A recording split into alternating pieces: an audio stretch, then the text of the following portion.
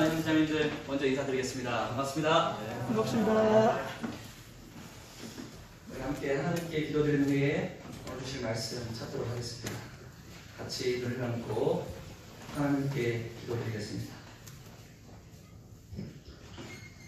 사랑과 은혜가 충만하신 하나님 아버지, 이 소망 없는 세상에서 저희들을 구원하사 빛의 자녀로 살게 하시고 지난 한 주간에도 각인에게 부여하신 그 삶들을 충실히 감당하며 살다가 이 시간 하나님을 예배하는 예배자로 나와서 주님을 경배하게 하시니 그 은혜 앞에 감사와 영광을 올려드립니다.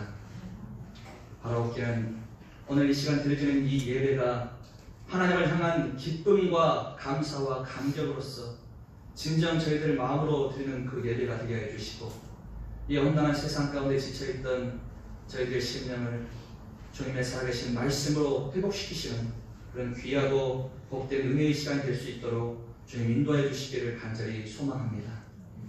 여러가지 사정과 형편으로 인해서 오늘 이 예배 자리에 보이지 않는 지체들 어느 곳에 있든지 간에 정말로 하나님 그들의 삶의 현장을 주님의 날개 안에 품어주시고 이 험하고 악한 세상 속에서 흘려 떠내려가지 않도록 주님 능력의 손길로 붙들어 주시고 힘과 용기를 더해 주시기를 또한 바라고 원합니다.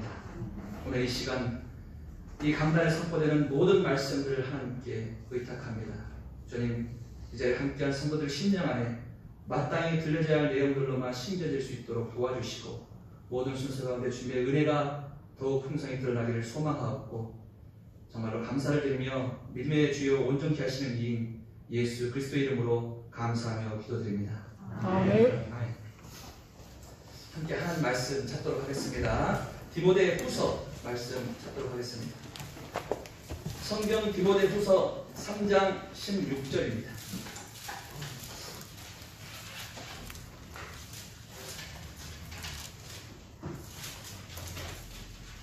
(3장 16절로 17절까지) 말씀,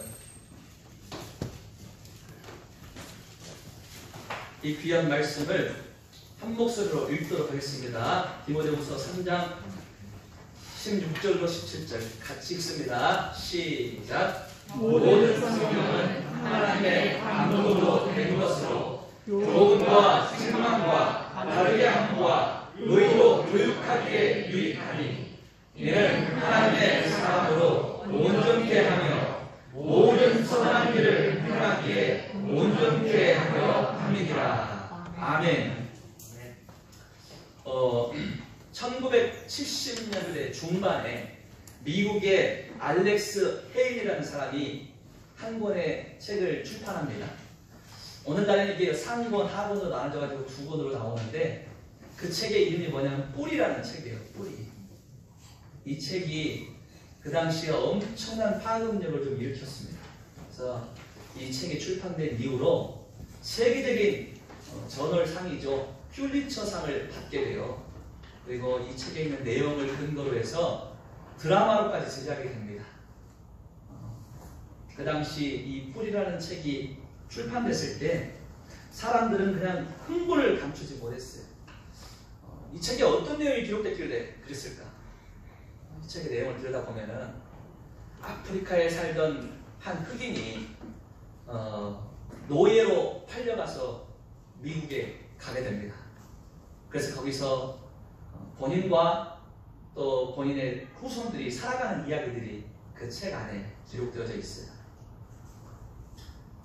정말로 한 번도 가본 적이 없던 어느 한 세계에 가서 거기에서 발을 딛고 남은 생애를 살아가는 이야기예요. 본인뿐만 아니고 거기서 결혼을 해서 자녀를 낳았는데 그 자녀들이 살아가는 이야기까지 쭉 펼쳐져 있습니다. 왜 사람들이 이 책에 열광했느냐? 사람은 마음 가운데 근원적으로 자신의 뿌리를 찾고자 하는 갈망이 있기 때문입니다. 내가 어디서부터 출발했는가? 거기에 대한 갈망이 누구나 다 있다는 거예요. 그래서 우리가 입양이 된 아이를 보면은 그것을 더 쉽게 알 수가 있죠. 우리나라를 예로 든다면은 우리나라 정말로 못 먹고 못 살던 시절에 부모들이 자녀를 낳아서 키울 수가 없는 형편이 됐을 때 어떻게 하느냐? 해외로 입양을 보냅니다. 입양을 보내면 그 아이들이 저 멀리 유럽이나 또 아메리카 대륙에 가가지고 노란머리 부모를 두고 자라게 되잖아요. 그런데 그 부모들이 아무리 잘 해주고 잘 키워도 이 아이가 점점 자라나면서 자기의 정체성이 분명해질 때 어떤 생각이 드냐면 나를 진짜 낳아준 엄마와 아빠를 만나고 싶다. 그 마음이 드는 거예요. 그래서 이 엄마들이 떨어진 다시 우리나라 이 조국을 돌아와가지고 부모를 찾아 헤매는 그런 일들이 참 많지 않습니까? 나의 진짜 엄마 아빠는 어디 있을까? 이게 사람 근원적인 갈망입니다. 내가 어디서 출발했는가? 나의 출처를 궁금해하는 것이 사람이라는 거예요. 근데 신앙적인 면에서도 그런 것들이 좀 있는 것 같습니다. 왜냐면은 우리가 성경적으로 봤을 때 교회의 역사가요 2000년입니다. 2000년 교회의 역사가 2000년이라는 시간이 흘러왔어요. 그 사이에 얼마나 많은 이 성경을 믿고 따르는 사람이 있었겠습니까? 근데 이 2000년 역사의 뿌리를 다 이해하고 있는 사람을 찾아보기는 무척 어렵다는 거예요. 그들의 어떤 문헌들이 잘 남겨져 있지도 않고 그렇기 때문에 참 어려워요. 우리 교단의 역사는 어떻게 될까? 우리 교단은 1988년도에 뜻이 맞는 거듭난 형제 자매들이 한마음으로 이렇게 세운 교단입니다. 그래서 88년도부터 2022년까지 벌써 34년이라는 시간이 흘렀어요. 근데 이제 우리 교회에 나온 지 얼마 안 된 성도들이나 또 아주 어린 시절에 부모 손에 이끌려서 교회에 나왔던 분들 같은 경우 이 교회 역사를 잘 모르는 분들도 참 많다는 거예요. 그래서 우리 교회가 어떤 뿌리를 가지고 있을까? 그걸 궁금해하는 분들이 생각보다 많습니다. 그리고 또 교회에 새로 나오신 분들 혹은 우리 교단 밖에 있는 분들도 우리 교단에 대해서 궁금해하는 분들도 생각보다 많아요. 오늘 그것에 관해서 성도들과 성경적인 정체성에 대한 부분들을 얘기를 좀 나눌까 합니다. 뿌리라고 얘기해가지고 우리 교단의 족보 얘기를 하는 건 아닙니다. 그건 아니고 왜냐면 족보 얘기 같은 거 다시 말해서 우리가 어느 교단에서 파생돼서 어떻게 왔다 이런 걸 얘기하는 것은 의미가 없는 거예요. 의미가 없어. 왜냐면 성경적으로 의미 없다는 게 기록되어 있어요. 그걸 잠깐 좀 확인을 해보겠습니다. 우리가 지금 후서 찾았죠? 전서를 좀 가볼게요. 디모데전서 1장 4절 한번 가보겠습니다. 1장 4절. 1장 4절 말씀 보시면 이렇게 기록하고 있죠. 신화와 끝없는 족보에 참념치 말게 하려 함이라. 이런 것은 믿음 안에 있는 하나님의 경륜을 이룬보다 도리어 변론을 내는 것이니라. 이렇게 기록하고 있어요. 이 성경 말씀에 끝없는 족보 이야기에 목숨 걸지 말라는 거예요. 어디서부터 파생됐고 어떻게 왔어? 그것은 의미가 없다. 이것은 하나님의 경륜을 이룬보다 도리어 뭘 낸다고 합니까? 변론을 낸다. 자기 입장만 고수하는 생각들만 나온다는 거예요. 또 우리가 성경 말씀 디도서 말씀을 좀 찾아보겠습니다. 디도서 말씀 보시면 좀 뒤로 넘겨야죠. 디도서 3장 9절 말씀 보겠습니다.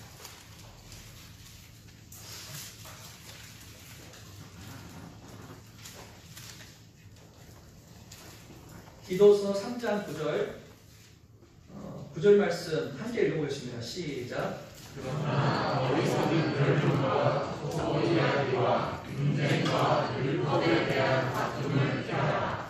이것은 불행한 것이고 헛된 것이다. 자, 이 말씀 기록 보니까 어리석은 변론과 족보 이야기와 분쟁에 대해서 다툼을 피하라. 이렇게 기록을 하고 있어요. 족보 이야기라는 것은 소위 말해서 우리가 어느 교단, 어느 교파에 속해 있느냐 이것을 따지는 것을 말하고 있습니다. 이게 의미 없는 논쟁이다 하는 것을 성경이 이야기하고 있어요. 저는 지금 성도님들과 함께 나누고 싶은 것이 뭐냐면은 우리는 이제 정체성적인 측면에서 봤을 때 침례 교단입니다. 침례 교단은 우리나라에서 크지를 않아요. 규모가 굉장히 작습니다. 우리나라 대부분 교단들은 장로교, 감리교, 기독교의 큰 테두리 안에는 장로교와 감리교단들이 많죠. 여러분 길거리를 지나가다가 교회들 많이 보이는데 그거 보면 자세히 보면은 대한예수교 장로회, 감리회, 또 대한 기독교 장로회 뭐 이런 말들 많이 보셨잖아요. 왜 이렇게 우리나라에는 그런 분들이 많냐면 우리나라의 초창기에 이 성경을 전했던 선교사들이 그 장로교단하고 감리교단에서 오신 분들이 많았어요. 그분들 통해서 교회들이 많이 세워지다 보니까 그런 교단들의 숫자가 이제 압도적으로 많아진 거예요. 그래서 저는 지금 그런 장로교나 감리교단 그리고 우리의 그 침례 교단 이 교단을 비교하려는 것이 아니고 우리 침례 교단이 가지고 있는 정체성이 무엇인가, 우리가 믿고 있는 신앙이 무엇인가, 그것에 대해서 이야기를 하려는 거예요. 그러니까 우리가 어느 교파에 속해 있는가를 이야기하려는 것이 아니고 우리 이 침례 교단이 무엇을 믿고 있는가, 그것을 성도님들하고 좀 정리를 좀 하려고 합니다. 이 세상에는요, 이 교단과 교파를 둘러싼 크게 두 가지 대립되는 생각들이 있어요. 큰 대립되는 생각이 있는데 그 하나가 뭐냐면은 당신 어느 교단 출신이야? 어느 교파를 믿어? 이걸 따지려는 사람들이 있고 반대편에서는 그런 걸 왜 따져? 그 교단들은 다 하나로 합쳐져야 돼. 이런 생각 가진 분들이 있어요. 그러니까 교단과 교파를 따지는 사람들이 많아진 이유는 뭐냐면 우리나라에 사이비 이단들이 너무 많기 때문입니다. 가짜가 많아요. 가짜가. 그러니까 이 교회에서는 세뇌 아닌 세뇌 교육을 시킵니다. 그 교회에 있는 교인들에게 장로교단이나 감리교단 아니면 다 대부분 이단이야, 가짜야, 이렇게 가르치는 극단적인 목사님들이 있어요. 아주 위험한 생각이죠. 성경은 그런 것을 가르치는 적이 없거든요. 우리가 이 성경 말씀을 보시면 교회가 언제 가장 처음 출발했는가 그걸 확인해 보면은 예수님으로부터 시작됐습니다. 예수님. 교회를 한 번도 안 다닌 분들도 예수님이라는 이름은 한 번쯤 들어봤을 거예요. 왜냐하면 12월 25일이 예수님 태어난 날 아니냐 뭐 이렇게 생각하시는 분들이 많기 때문에. 근데 이 예수님께서 성경이 마태복음 16장 18절을 보시면은 교회를 처음 세울 때 어떤 메시지를 던졌는가 나와요. 예수님 앞에서 예수님의 제자들이 많았는데 그 가운데 특별한 제자들 12명이 있었죠. 12제자라고 부르는데 그 가운데 으뜸이 됐던 제자의 이름이 누구예요? 베드로죠. 수제자. 이 베드로라는 사람이 예수님을 향한 믿음의 고백을 했을 때 예수님이 이렇게 말씀하세요. 내가 이 반석 위에 나의 교회를 세울 것이다 하고 말씀하세요. 그게 어떤 의미냐면 베드로라는 사람에게 교회를 세운다는 것이 아니고 베드로와 같이 믿음으로 자기의 신앙, 자기의 그 믿음을 간절하게 고백한 사람들의 마음 가운데 그들을 중심으로 교회를 세우겠다고 예수님이 말씀하셨어요. 그러니까 이 교회라는 건요, 눈에 보이는 어떤 건물이 교회가 아닙니다. 그러니까 우리가 길거리를 지나가다 많은 교회들이 보이잖아요. 우리나라는 편의점보다 교회 숫자가 더 많다고 하잖아요. 그런데 그 수많은 교회 건물들이 진짜 교회가 아니고 성경적인 교회는 뭐냐면 우리 예수님을 믿음의 구주로 고백한 모든 사람들의 마음을 교회로 보시는 거예요. 하나님께서. 그리고 그런 사람들이 모여서 함께 하나님을 예배하는 공간을 소위 말해서 교회라고 표현하는 겁니다. 그러니까 우리가 지금 이 건물이라는데 크다면 크고 작다는 작은 이 건물 안에 우리가 모여있지 않습니까? 여기서 같은 마음을 가지고 우리 하나님을 바라보는 사람들, 그런 사람들을 교회라고 부르는 겁니다. 그리고 이 교회라는 건물은 그분들이 함께 예배하는 공간일 뿐이지요. 그런데 이처럼 우리의 중심이 교회가 되는 것인데 교회들이 뭔가를 잘못 가르치고 있다는 거예요. 장로교단이 아니면 이단이고 경계해야 한다. 감리교단이 아니면 이단이고 경계해야 한다. 이런 교파의 테두리 안에 머물러 있는 분들이 너무 많다는 것입니다. 그런 생각을 벗어나버려야 돼요. 다시 말해서 우리가 오늘 침례 교회라는 이 교단 안에 속해 있다고 우리 교단에 대한 엄청난 자부심을 가지는 건 좋지만 침례 교단만 제일이야라고 생각하는 것은 잘못된 겁니다. 그러니까 우리가 거듭난 무리고 오늘 죽어도 천국에서 눈뜰 확신이 있는 하나님의 백성이 됐고 자녀가 됐다 할지라도 야 우리만 진짜고 나머지는 가짜야 이렇게 표현하는 것은 문제가 있어요. 예수님이 가르쳐준 방식이 아닙니다. 거듭난 모든 사람들은 주님 안에서 한 가족입니다. 그 교단과 교파를 초월하는 거예요.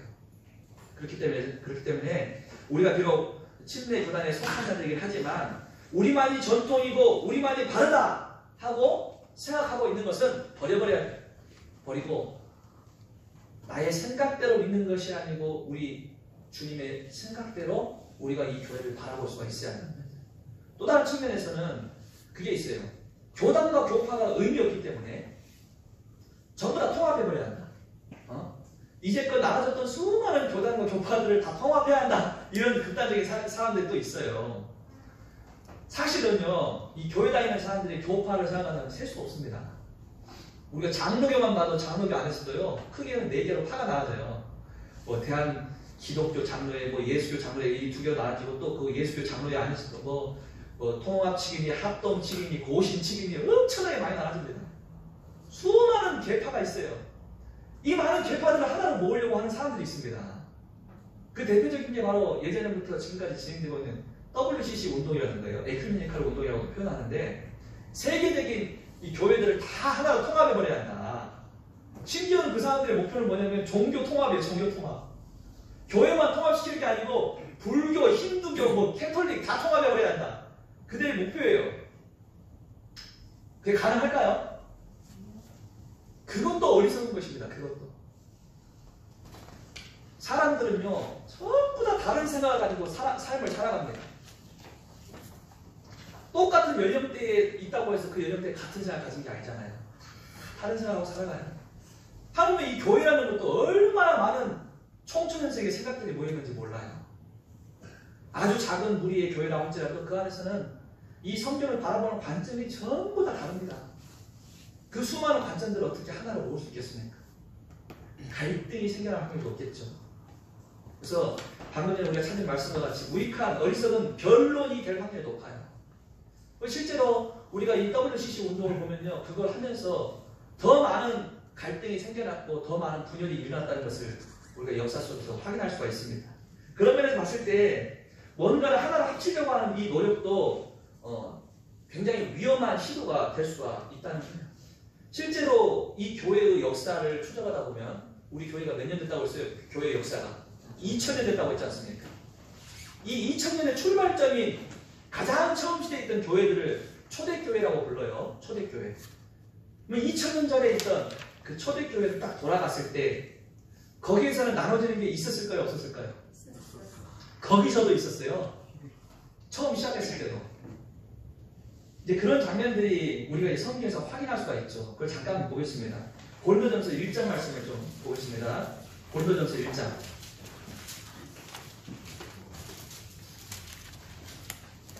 고린도전서 1장 11절부터 밑으로 내려가 보면서 좀 제가 읽겠습니다. 고린도전서 1장 11절 이하를 보시면 내 형제들아 글로이의 지편에서 너희에게 대한 말이 내게 들리니 곧 너희 가운데 분쟁이 있다는 것이라 다툼이 있었다는 거예요. 12절 보시니까 이는 다름 아니라 너희가 각각 이르되 나는 바울에게 나는 아볼로에게 나는 게바에게 나는 그리스도에게 속한 자라 하는 것이니 그리스도께서 어찌 나뉘었느냐 이렇게 기록하고 있다는 것입니다. 이게 어떤 말이냐면 이 처음 교회가 세워질 당시에 사람들이요 모여가지고 무슨 얘기를 하냐, 야 나는 바울 편에 속한 사람이야, 나는 아볼로 편에 속한 사람이야, 난 게바 편에 속한 사람이야, 나는 예수님에게 속한 사람이야. 자기 소속을 다 나누고 있다는 거예요. 자기 소속을 같은 교회에 있으면서. 이게 사람 본질적인 죄의 본성입니다. 이게 사람 본성은요 나누고 싶어해요. 이 근거 출처가 그냥 마귀입니다. 마귀는 처음 사람 아담과 하와를 하나님으로부터 분리시키려고 하지 않습니까? 이 마귀의 역사는요 분열의 역사거든요. 사실 이 교회의 모든 역사를 마귀의 역사라고 볼 수는 없겠지만 중요한 건 이 교회 안에서 인간의 본능대로 행동한다면 나눠지고 싶어 한다는 거예요. 나눠지고 싶어요. 내 생각대로 내 소견에 옳은 대로 믿고 싶어 해요. 그래서 사랑하는 형제 자매님들, 이 교회 안에서요 나하고 뜻이 맞는 사람하고만 같이 어울리면서 다니려고 하면 큰일 납니다. 이건요 분열을 일으키는 길이에요. 교회 안에 나하고 조금 마음이 더 잘 맞고 대화가 잘 통하는 사람하고만 어울린다. 그거는 바로 나눠지는 길입니다. 왜냐면 그런 사람들이 이렇게 모여있으면요, 뒷말을 해요, 뒷말을. 아이, 저 사람 좀 그렇더라. 이게 아주 무서운 거거든요. 근데 교회도 똑같아요. 같은 동일한 믿음을 가졌다고 하는 사람들이 이 믿음 안에서도 믿고 따르고 싶은 사람들이 달라져요. 믿고 따르고 싶은 사람들. 그러니까 자기 생각대로, 내 관점대로, 내 기준대로 이 신앙생활을 하려는 사람들의 특징입니다. 우리 이런 사람들을 가지고 있다면 빨리 내려놔야 합니다. 내 생각대로 믿는 것이 이 믿음의 여정이고 신앙생활이 아닙니다. 우리의 기준은요, 나 자신에게 있어서는 안 돼요. 우리 인간이라는 존재는 근본적으로 믿을 수가 없는 존재입니다. 그러면은 우리는 어떤 방식대로 믿어야 할까요? 어떤 생각을 가지고 이 교회 안에서 신앙생활을 해야 할까요? 그 해결책을 찾으려고 하면 나에게서 나올 수가 없습니다. 그러니까 내가 뭔가를 해결책을 찾으려고 하면 절대 찾을 수가 없어요. 어떤 방식으로 신앙생활을 해야 하는가? 그 기준은 나에게서 있는 것이 아니고 바로 성경 안에 있습니다. 성경. 내 신앙의 기준이 성경이 될 때 옳은 길을 찾아갈 수가 있는 거예요. 그러니까 우리가 이 믿음 생활, 신앙 생활이라는 것을 할 때요, 교회 생활을 할 때 내가 이제껏 거듭나고 이 믿음의 길을 10년이면 10년, 20년이면 20년 긴 세월을 해오면서 내 나름대로 정리한 그냥 나름대로의 생각대로 믿음의 길을 가져가면 안 되고 언제나 내 생각이 아니라 하나님의 말씀인 이 성경대로만 생각하고 신앙생활을 하려고 해야지 오차가 없고 오류가 안 생깁니다. 바른 길을 걸어갈 수가 있는 거예요. 그래서 오늘 우리는 무엇을 믿는가 이야기할 때 오직 성경을 믿는다고 답하는 것이 첫 번째 답입니다. 성경. 이게 바로 침례교회의 특징입니다. 우리 침례교단의 특징은 뭐냐면요, 오직 성경만 가장 높은 위치에 올려놓습니다. 성경 외에 또 다른 우리가 믿고 따르는 신조가 없어요. 신조. 제가 지금 신조라고 표현을 했는데 이 신조라는 것이 뭐냐면 전 세계적인 대부분의 교회는 자신들이 믿고 따르는 신조를 만들어 놨습니다. 신조. 이 신조라는 건 뭐냐면 우리가 무엇을 믿고 있고 무엇을 따릅니다 하는 것을 글로 적어놓은 거예요. 근데 그거를 적기만 하는 것이 아니고 달달달달 외웁니다. 그 신조를. 그 실제로 우리가 다양한 교단들을 확인해 보면 전부 다 신조가 있다는 것을 확인할 수가 있어요. 루터교, 세계적으로 루터교도 굉장히 유명한데 이 루터교는요, 루터의 소요리 문답집이라는 게 있어요. 그것을 신조로 삼고 성경과 동일선상에 두고 있어요. 하나님 말씀이 성경과 똑같은 위치에 두고 있어요. 그것을. 그리고 장로교단은요, 기독교 강요라는 것을 굉장히 높은 위치에 올려놓습니다. 그건 이제 켈빈이라는 사람, 칼빈이라고 부르죠. 이 사람이 이 장로교단의 이제 첫 번째 세웠던 사람인데, 이 사람이 쓴 그 기독교 강요라는 글이 있는데 이것을 굉장히 높은 위치에 올려놔요. 성경과 거의 비슷한 수준에까지 올려놓습니다. 그래서 그런 사람들을 칼빈주의자들이라고 표현하는 거예요. 장로교 사람들은. 감리교단은요, 창시자가 요한 웨슬레라는 사람인데 이 사람이 이제 그 성결교 출신이에요. 성결교에서는 이성이라는 것과 전통을 성경과 동일하게 놓습니다. 인간의 이성 그리고 전통, 이제까지 해왔던 전통, 역사 이거를 성경과 동일선상에 둬요. 그런데 이제 웨슬레라는 사람은 거기다가 추가를 했어요. 이성과 전통과 성경뿐만 아니라 인간의 경험, 체험을 또 굉장히 높게 봅니다. 나의 경험. 그것을 성경과 맞먹도록 이렇게 올려놨어요. 자기들만의 신조가 다 있다는 거예요. 오순절 교회는 뭐 오순절 신학을 높은 위치에 올려놓고 전부 다 그런 게 있습니다. 그리고 세상에 있는 대부분의 교회뿐만 아니고 우리나라에 있는 교회들의 특징이 있죠. 우리나라 이제 교회의 특징이 뭐냐면은 또 다른 신조가 있는데 그게 사도신경이라는 거예요. 사도신경. 우리 성도님들 지금 성경책 보고 있잖아요. 성경책 보시면은 가장 뒤를 펼쳐보면은 10계명이 나오고 가장 앞을 펼치면 2개가 나와요. 그 2개가 먼저 한번 찾아보세요. 성경 제일 앞을 한번 펼쳐보십시오. 제일 앞을 펼쳐보면은 2가지가 뭐가 나오죠? 주기도문하고 또 뭐 나와요? 사도신경 나오죠. 사도신경. 혹시 앞에 없는 분들도 있어요? 대부분은 다 있어요. 없는 분들이 있었는지 모르겠지만 대부분 다 주기도문하고 사도신경이 제일 앞에 있는데, 자, 이 주기도문이라는 것은 성경에 기록되어 있습니다. 성경에 주기도문은. 근데 사도신경은 성경에 어디 기록되어 있죠? 없습니다.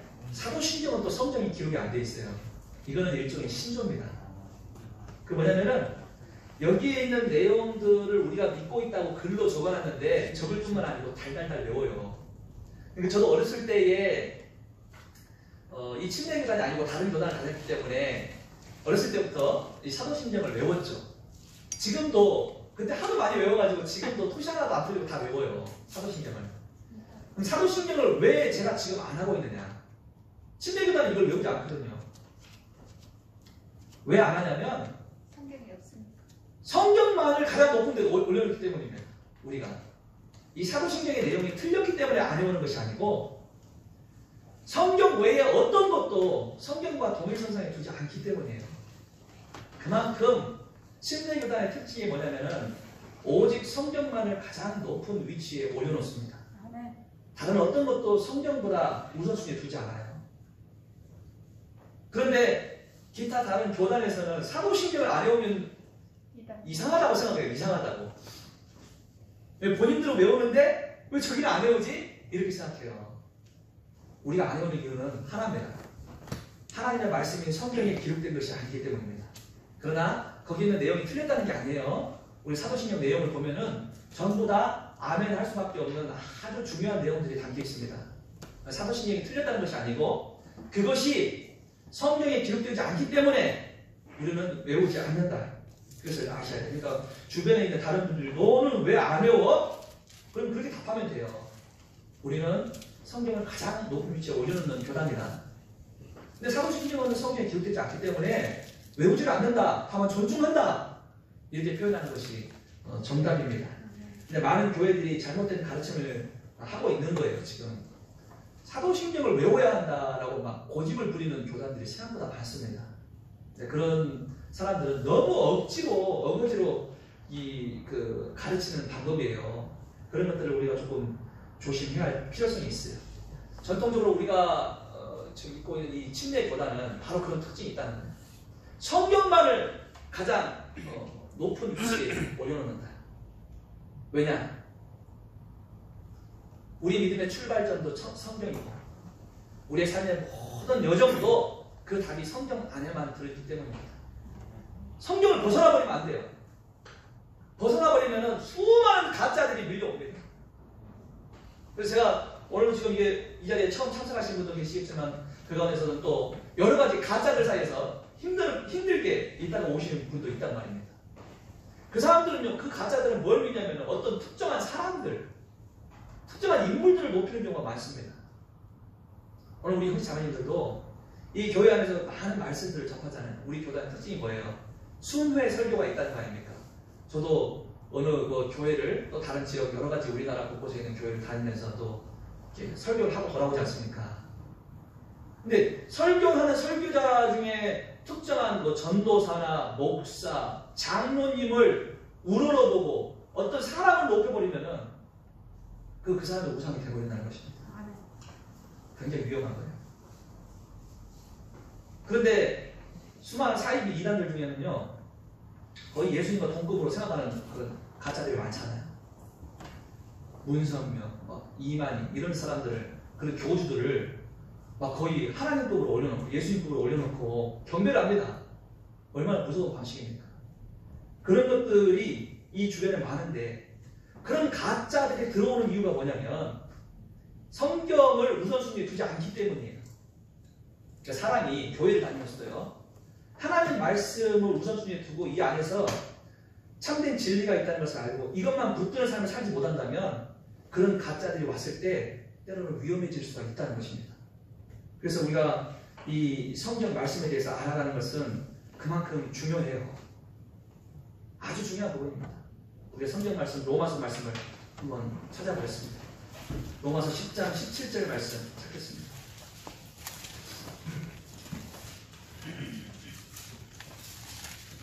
로마서 10장 17절 말씀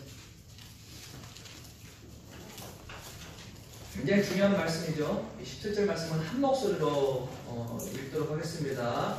신약성경 254쪽이죠. 로마서 10장 17절 말씀 한 목소리 크게 같이 읽겠습니다. 시작. 그러므로 믿음은 들음에서 나며 들음은 그리스도의 말씀으로 말미암았느니라. 아멘, 아멘. 그렇습니다. 믿음을 얘기하죠. 교회들은 믿음을 가져야 한다. 믿음이 있어야 한다. 이 믿음이라는 것은 무엇에서 출발하느냐? 우리가 그걸 분명히 알아야 합니다. 로마서 10장 17절 말씀은 이렇게 기록하죠. 그러므로 믿음은 들음에서 난다. 믿음은 뭔가를 들어야 돼요. 근데 그 뒤에 보니까 이 들음은 어디에서 말미암았다고 기록합니까? 그리스도의 말씀으로 말미암았다 하고 기록하고 있어요. 예, 교회가 가르치는 이 믿음의 근본을 확인해 본다면 그 근본은 뭐냐면 이 주님의 말씀입니다. 말씀. 다른 걸 믿는 게 아니에요. 사람을 믿는 게 아닙니다. 교회가 가르치는 특정한 어떤 글, 신조를 믿는 게 아니에요. 다른 걸 믿는 게 아니고 우리 주님의 말씀을 믿는 게 믿음입니다. 그렇기 때문에 우리가 하나님 말씀을 내 삶에서 가장 높은 위치에 올려놓고 그것을 바라본다는 건 굉장히 중요한 거예요. 이 말씀에서 해답을 찾는 자세가 굉장히 중요하다는 것입니다. 우리 믿음의 근거가 바로 하나님 말씀에 있기 때문입니다. 그래서 미국의 남침대 교단이 자신들의 그 신앙을 표현한 글이 있는데 그 글에 이런 내용이 들어있어요. 제가 한번 읽어드리겠습니다. 성경은 성령의 감화를 받은 사람들에 의해 기록되었으며 인간을 향한 하나님의 자신의 계시에 대한 기록입니다. 성경은 하나님의 가르침을 담은 완전한 고백입니다. 성경의 저자는 하나님이시며 그 목적은 구원이며 어떤 오류도 없는 진리를 그 내용으로 삼고 있습니다. 성경은 하나님께서 인간을 심판하시는 원리를 또한 기록하고 있습니다. 그러므로 성경은 기독교 연합의 핵심이며 모든 인간의 행위와 교리 그리고 종교적 견해들을 가늠할 수 있는 절대적인 기준이 되며 세상 끝날까지 여전히 존재할 것입니다. 하고 기록하고 있습니다. 성경이라는 것은 우리의 모든 신앙의 근본이 된다는 것이에요. 이 고백은 오늘 우리의 고백이 되어야 합니다. 성경은요, 말 그대로 하나님의 마음을 담은 책이에요. 그래서 우리가 다시 함께 본문 말씀이었던 디모데후서 말씀으로 가보겠습니다. 디모데후서 말씀.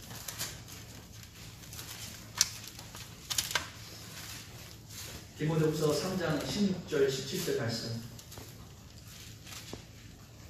16절 17절 같이 읽겠습니다. 시작. 모든 성경 하나님의 감동으로 되었으로 도움과 생각과 바르게 함과 의로 교육하기에 유익하니 이는 하나님의 사람으로 온전케 하며 모든 선한 일을 행하기에 온전케 하려 함이니라.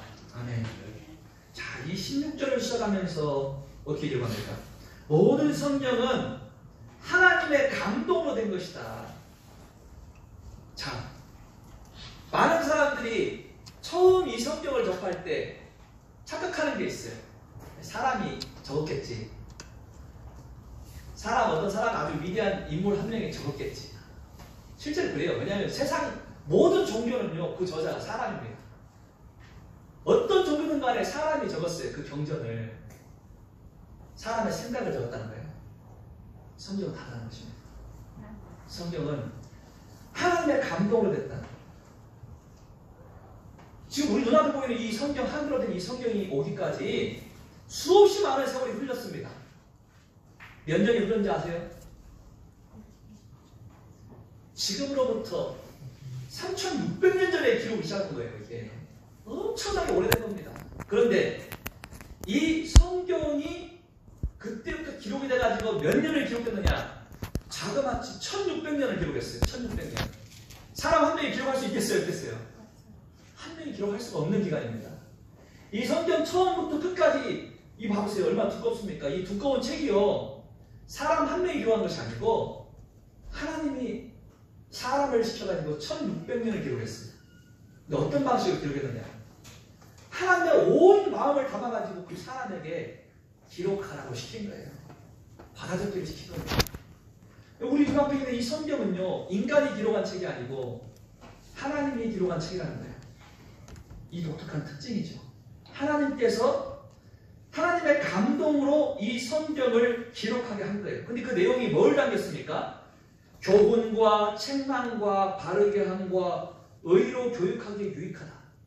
우리가 인간의 이 한 생애를 살아가면서 수많은 교훈받아야 할 것들, 또한 우리가 바르게 살아야 할 모든 내용들이 이 성경 안에 다 들어가 있다는 것입니다. 그래서 17절 말씀과 같이 하나님의 사람으로 온전히 하게 하기 위해서 이 성경이